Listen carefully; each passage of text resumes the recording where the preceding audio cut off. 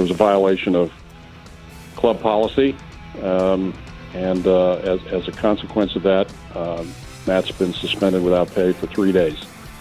And I really can't go beyond that, but that's the action we took this morning. This is After Hours with Amy Lawrence. That is the voice of Mets general manager Sandy Alderson. Everybody knows his name after the last week, a messy week for the New York Mets, with the latest piece being a Matt Harvey suspension handed down on the morning he was supposed to pitch. It's After Hours with Amy Lawrence on CBS Sports Radio. You're casting your votes in our latest show poll. I'll let you check it out for yourself. I can't bring myself to vote because I'm worried about the results. But I just retweeted it, or it's on our show Twitter at After Hours CBS. Plus, producer Tom put it on our Facebook page.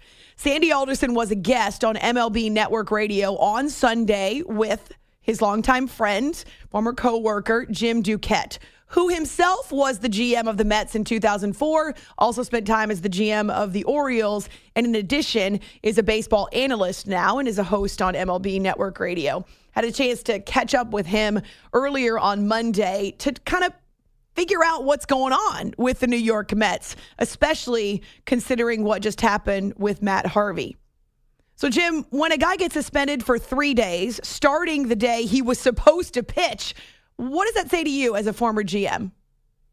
Well, I mean, listen, and not only that, I know the guys there that make decisions, and they don't do that lightly. And there is, like anything, in sports especially, but I think maybe even when you're punishing your kids, there's a progression here. This isn't an isolated incident. We know, the issue that he had back, the public one back during the World Series and the postseason, but or I guess it's one of the postseason series, but also there's some other things behind the scenes you don't know about, showing up late that I think they maybe turn their head away, or maybe there's conversations with, and this is such an unusual thing for guys to not show up to the ballpark. I mean, this is there have been guys who I'll call them derelicts in the game that ran hard off the field, but they showed up, they posted every day.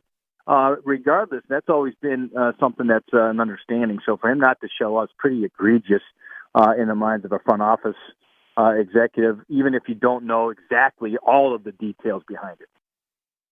When it happens the day that a guy is supposed to pitch, is that an extra message being sent to the player? Oh, there's no doubt. And this is one thing. It's a good question to me.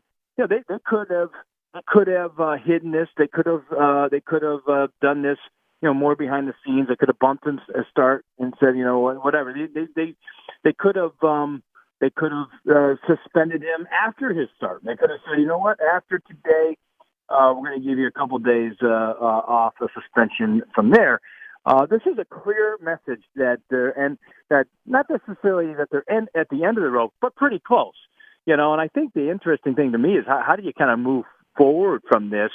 How does the organization do it? How does the player do it? I mean, it's hard to repair something once you've gone down this road as far as they have.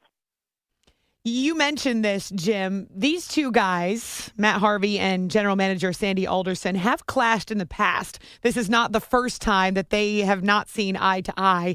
Sandy is a former Marine. He likes to do things a certain way, which is great. From his perspective, though, as the general manager, are you considering a trade of Matt Harvey after all of this? Well, the problem, and I think that, the business side and the personal side, in these jobs, you have to be able to put and try to separate. It's hard not to. I mean, it's human nature not to maybe be affected a little bit by that. But if you really break down what it is that you have with Harvey right now, you have a guy coming off of surgery who has had an up and down season so far. He's had some issues off the field. If you're an opposing GM, are you really willing to take on that type of baggage? You really have to know that individual, and you're not giving up a lot for him in return. So if you're Sandy going, well, all right, I got to weigh the risks and the reward here of what I would get back in return, how much of a deficit would be with our club right now, and I'll deal with the consequences of him maybe being mad at me for the short term, and welcome him back and accept that his teammates will welcome him back. I think I don't know if there's a ton of value for him right now. There may be as the season goes on, maybe this winter.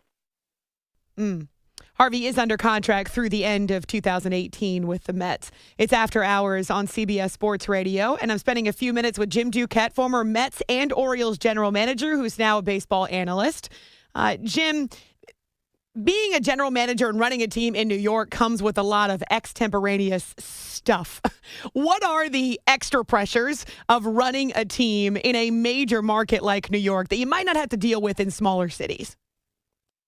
Well, yeah, from the front office side, I mean, there are, your players. There's the trouble off the field that they can get into. There's a lot of trust that's put in, and they still do it where they're, they try to expose them to some of the things that some of the potential trouble that you can get into, staying out late. I mean, as City doesn't cause people some issues. Both the Yankees and the Mets have to deal with that, and the other New York teams. So I think that's a big part of it. The things get blown out of proportion, both good and bad. I think those are the things that you kind of deal with, and you can't get caught up by the headlines. I know as an organization, we did for a long period of time. We were too worried about the crosstown rival with the Yankees. At that point, we didn't even play them all that much. So, there's a lot of things that go on there that you realize, okay, today's headlines usually wrap it in the garbage tomorrow, and you got to be able to kind of deal with things and not worry about the back page headlines as much. Oh, you are so right. The 24-hour news cycle doesn't exist anymore. Now it's more like a 2-hour news cycle that you have to survive. This has really been a tumultuous week for the Mets. It's not just the Matt Harvey situation, Jim. We had the picture that was tweeted by the Mets account. We had the whole situation with Noah Syndergaard where he didn't want to take the MRI. Then he ended up getting hurt, and now they've lost him until the All-Star break. So many high expectations for this team coming out of spring training. So if you're the general manager, how do you get this team now back on the rails and moving in the right direction? Well, and the so far, luckily, despite all this, they've won their last 3 series. They've won, there's 7 of the last 10. I mean, they've been playing much better baseball lately. But, you get Cespedes back, that always helps. Although trying to figure out what's going on with the pitching staff, because they have not been anywhere near what their hopeful success is going to be. And I think there's some things you can tweak as an organization when you're making some of these decisions. I even talked to Sandy Alderson about it on my show on Sunday on XM, where he talked to us about, we make these decisions all the time on injuries, but there was a part of the process that we decided we made a couple tweaks to try to make sure this doesn't happen again. So you have the ability of hindsight. You're going to get a lot of attention for the bad decisions, but they make daily a ton of decisions that go well that don't even get noticed.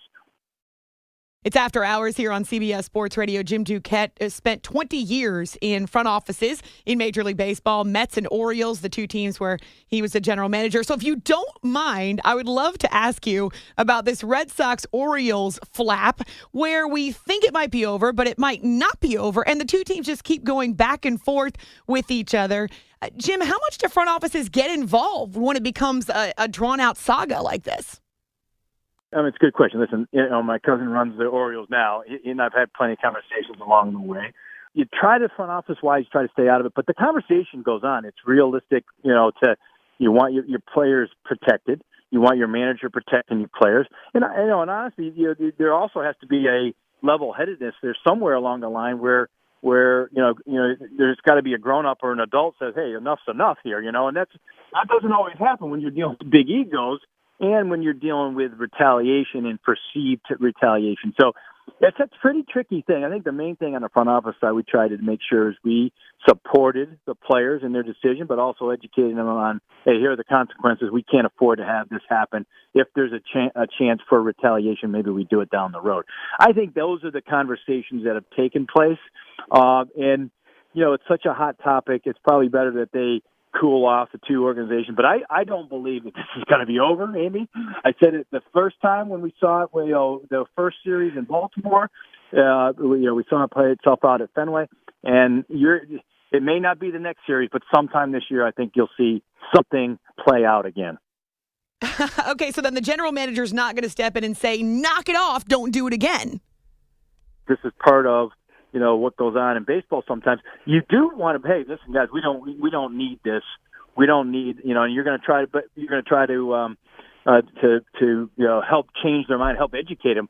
But you get some crazy thoughts in some of these guys. Players that have different views on things. They're the ones that have to live in the clubhouse. And sometimes, you get a rogue player that feels there's pressure to do something, and they do it on their own. It's very difficult to control a professional athlete, in these type of situations. You try to do the best you can. Well, it does provide us with some entertainment. Never a dull moment when these two teams get on the field, at least not right now. Jim Duquette on Twitter, at Jim_Duquette. And he was a general manager for the Mets, for the Orioles, 20 years in Major League Baseball front offices, and now is not only a host on MLB Network Radio on Sirius XM, but also baseball analyst. It's great to catch a couple of minutes. I appreciate the insight, Jim. Thank you. Yeah, same, maybe.